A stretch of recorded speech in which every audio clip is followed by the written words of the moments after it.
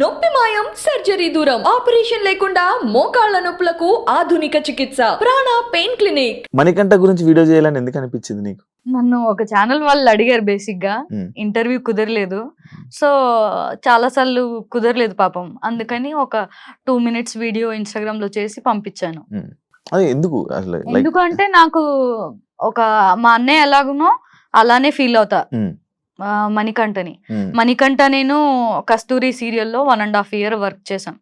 So అందులో నాకు brother character గా చేశాడు, అలానే కనెక్ట్ అయిపోయాడు.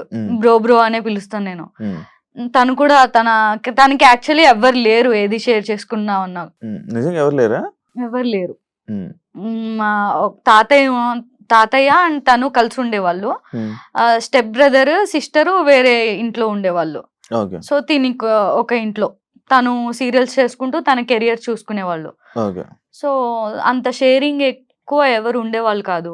నాతో కనెక్ట్ అయ్యి నాతో పంచుకునేవాడు ప్రతిదీ. ఏం పంచుకునేవాడు? నార్మల్ గా ఏం షేర్ చేసుకునేవాడు? మామూలుగా ఇంట్లో కష్టాలు ఎవరికైనా ఏముంటాయి.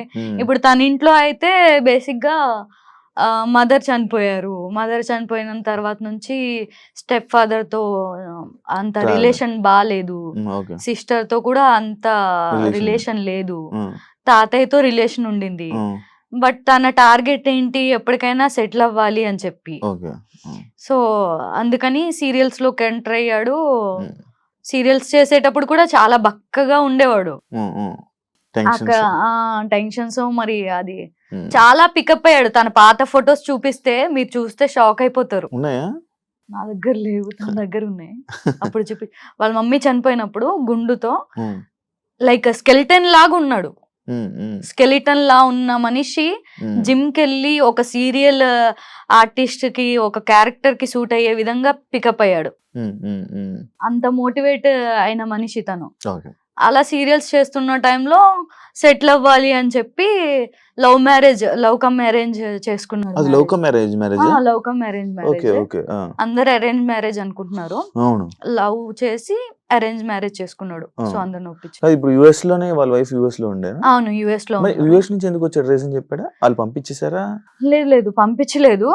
అక్కడ ఏం లేదు కదా వర్క్. తనకి సమ్ వీసా ఉంటదంట కదా అక్కడ వర్క్ చేయాలంటే. ఆ వీసా ఇప్పిస్తా అని చెప్పి తను చెప్పింది వదిన. సో ఆ వీసా సమ్ ప్రాబ్లమ్స్ వల్ల అప్లై చేయడం, ఆ ప్రాసెస్ జరగడం అదంతా జరిగింది. ఈ లోపే కన్సీవ్ అవ్వడం, పాపని టేక్ కేర్ చేయడం అండ్ ఆ కన్సీవ్ ప్రెగ్నెంట్ ని ఏమంటారు, అదే ప్రెగ్నెంట్ లేడీని తనే దగ్గరుండి చూసుకోవడం అవన్నీ చేశాడు పాపం. ఎవరు ఉండరు కదా యుఎస్ లో చూసుకోవడానికి. తనే తన వైఫ్ ని దగ్గరుండి చూసుకున్నాడు. పాప పుట్టింది. ఇంకా అప్పటికి మళ్ళీ వాళ్ళ మమ్మీ చనిపోయినప్పుడు ఎలా ఉండేవాడో అలా అయిపోయాడు మళ్ళీ. అక్కడ ఉండడం వల్ల, యుఎస్ లో ఉండడం వల్ల తను అక్కడే మొత్తం చూసుకునేవాడు. వీడియో కాల్స్ చేసేవాడు నాకు. వాళ్ళ ఇల్లు చూపించేవాడు. తను చేసే పనులేంటి, మార్నింగ్ లేగంగానే కాఫీ ఇవ్వాలి, టిఫిన్ చేయాలి, లంచ్ చేయాలి, డిన్నర్ రెడీ చేయాలి, పాపకు పాలు పట్టాలి, ఇవన్నీ చెప్పేవాడు, చూపించేవాడు నాకు. అరే ఇలా అయిపోయావు బ్రో, ఏంటి బ్రో అంటే వస్తాను, మళ్ళీ వస్తాను, కంబ్యాక్ ఇస్తాను అనేవాడు. బిగ్ బాస్ హౌస్ లో నాకు మా ఆవిడ కావాలి, మా పిల్ల కావాలి, మా స్టెప్ ఫాదర్ కావాలి, మా స్టెప్ సిస్టర్ కావాలి, వీళ్ళందరూ కావాలి అని ఎందుకు అన్నిసార్లు అన్న? నాకు రీజన్ ఏంటి అంటే ఈ మధ్య కాలంలో కొన్ని ఇష్యూస్ జరుగుతున్నాయి తనకి, తన వైఫ్ కి. సో ఆ ఇష్యూస్ వల్ల డివోర్స్ వరకు వెళ్తుంది ఇష్యూ. డివోర్స్ వరకు వెళ్తుంది. తీసుకోలేదు డివోర్స్ వరకు వెళ్లే సిచ్యువేషన్స్ వచ్చాయి. రీజన్ ఎవరు అనేది నాకు క్లారిటీ ఇవ్వలేదు బ్రో. అయితే ఇలా గొడవలు జరుగుతున్నాయి అని చెప్పాడు. బిగ్ బాస్ ఆఫర్ వచ్చింది, వెళ్తున్నా అని చెప్పాడు. యుఎస్ నుంచి రావడానికి రీజన్ అయితే తనకు అక్కడ వర్క్ లేకపోవడం వల్ల, సెల్ఫ్ రెస్పెక్ట్ దెబ్బ తినడం వల్ల, తనేంటో మళ్ళీ ప్రూవ్ చేసుకోవాలి అని చెప్పి ఒక 1 year టైం తీసుకొని ఇక్కడికి వచ్చి ట్రై చేసుకుంటా, నా వల్ల కాలేదు అంటే మళ్ళీ నేను యుఎస్ వచ్చేస్తా అనే ఇదిలో మాట్లాడుకున్నట్టుగా చెప్పాడు నాకైతే. నువ్వు బిగ్ బాస్ చూస్తున్నావు కదా, సడన్ గా విగ్ తీసినప్పుడు నీకు ఏమనిపించింది? ఆల్రెడీ తెలుసు కదా. అయ్యో ఎందుకు ఈ పిచ్చి పని చేశాడు అనిపించింది. తెలుసు కదా నీకు ఆల్రెడీ. తెలుసు.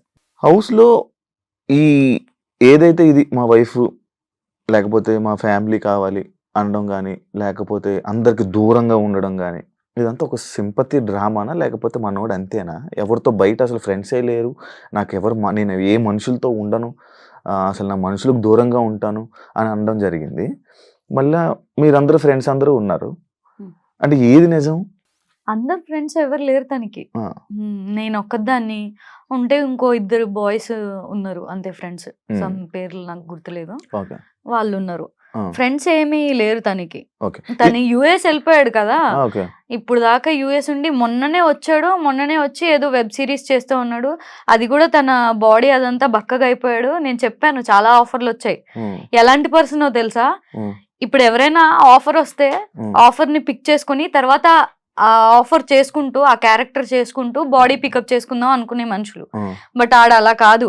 ఫస్ట్ నేను పర్ఫెక్ట్‌గా అవ్వాలి. జిమ్ చేయాలి, డాన్స్ నేర్చుకోవాలి, హ్మ్. మంచి బైసెప్స్ పెంచాలి. హ్మ్. అప్పుడు నేను యాక్సెప్ట్ చేస్తా ఆఫర్స్ వస్తే అని కూర్చున్నాడు హ్మ్. హ్మ్. ఇన్ని రోజులు. హ్మ్. ఇన్ని రోజులు ఎంతో కొంత పికప్ అయ్యాడంటే ఇన్ని రోజులు గ్యాప్ తీసుకున్నాడు. ఇండియాకొచ్చి హ్మ్. అవన్నీ చేసుకుంటున్న టైంలో డైరెక్ట్ బిగ్ బాస్ వచ్చింది. హ్మ్. హ్మ్. వీడేమనుకున్నాడు సీరియల్ హీరోగా ఎంట్రీ ఇద్దాం అనుకున్నాడు. హ్మ్. హ్మ్.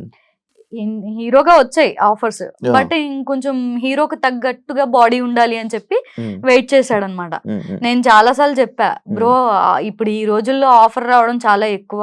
హ్మ్. హ్మ్. నువ్వు ఫస్ట్ యాక్సెప్ట్ చేసేసేయ్. తర్వాత నీ బాడీని పికప్ చేద్దు గాని అని చెప్పేదాన్ని. హ్మ్. లేదు షబ్బు నాకు కాన్ఫిడెంట్ రాదు నేను చెయ్యాలంటే అని చెప్పి హ్మ్. అలా చేశాడు. బట్ అన్‌ఫార్చునేట్‌లీ బిగ్ బాస్ పెద్ద ఆపర్చునిటీ గోల్ పెద్ద ఆపర్చునిటీయే వచ్చింది. ఆలోచన మనోడు ఎలా ఉంటాయి? మంచిగా తెలివైనోడేనా? చాలా తెలివైనోడు. ఆలోచిస్తాడు. అదే సింపతి డ్రామా అంటే ఏంటి? నువ్వు యాక్సెప్ట్ చేస్తావా దాన్ని? లేదు. ఆ పర్సన్ అనేది అంతే హ్మ్. తను. మాట్లాడుతూనే కళ్ళల్లోంచి వాటర్ వచ్చేస్తాయి తనకి. హ్మ్. చాలా సెన్సిటివ్, చాలా ఎమోషనల్. హ్మ్. తను పెరిగిన సిట్యుయేషన్స్ అలా చేసేసాయి తనని. ఓకే. మమ్మీ దగ్గర పెరిగినట్టున్నాడు చిన్నప్పటి నుంచి. మమ్మీ చనిపోవడం, హ్మ్. తర్వాత తాతయ్య. హ్మ్. ఇంకా చెప్పేవాళ్ళు ఎవ్వరు లేరు. హ్మ్. డాడీ ఫస్ట్ డాడీ చనిపోయారు. హ్మ్. సో, డాడీ లేకపోవడం, మమ్మీ లేకపోవడం, తాతయ్యతోనే ఉండడం, హ్మ్. ఒంటరితనం, హ్మ్. ఆ బాధ, మమ్మీ చనిపోయిన సిట్యుయేషన్స్, హ్మ్. డాడీ చనిపోయిన సిట్యుయేషన్స్, హ్మ్. మేబీ వాళ్ళ స్టెప్ ఫాదర్ ట్రీట్ చేసిన సిట్యుయేషన్స్ కూడా అయ్యుండొచ్చు. యాహ్! అవి మనకు తెలీదు. ఫాదర్ టాపిక్ వచ్చింది. మీ ఫాదర్ ఫుల్ అమ్మో! బర్త్‌డేస్ గూడా చేసుకోవు. అవును. ఏవి అంత సెలబ్రేషన్స్ ఏముండవు. ఎప్పుడప్పుడు లోన్ ఫీల్ అయితావు. ఫాదర్ అనంగానే లైక్ ఏ స్టోరీ చేసినా బాగా కనెక్ట్ అయిపోతుంటావు. ఏంది కథ? నాకు చాలా ఇష్టం చిన్నప్పటి నుంచి డాడీ కుచ్చి. హ్మ్. మా డాడీ అంటే భయముండేది. అండ్ ఆయనంటే రెస్పెక్ట్, హ్మ్. కేరింగ్ అవన్నీ చాలా ఎక్కువ చూపిచ్చిన వ్యక్తి నా లైఫ్‌లో. హ్మ్. సో, నాకు చాలా ఇష్టం మా డాడీ అంటే. ఎప్పుడు జరిగింది ఇదంతా? నేను 8థ్ క్లాస్‌లో ఉన్నప్పుడు ఆయనకి హార్ట్ అటాక్ వచ్చి చనిపోయారు. అయ్యో! ఆ! సో, అప్పటి నుంచి మా అన్నయ్య చూసుకున్నాడు. హ్మ్. ఎన్ని ఇయర్స్ అయింది పెళ్లి చేసుకొని? మొన్ననే ఇప్పుడు ఈ నవంబర్ వస్తే 2 ఇయర్స్ అయితది. 2 ఇయర్స్. అప్పుడు సోషల్ మీడియా ఫుల్ తెలుసా? హ్మ్. షబీనాకి పెళ్లి, బాయ్ ఫ్రెండ్ అని.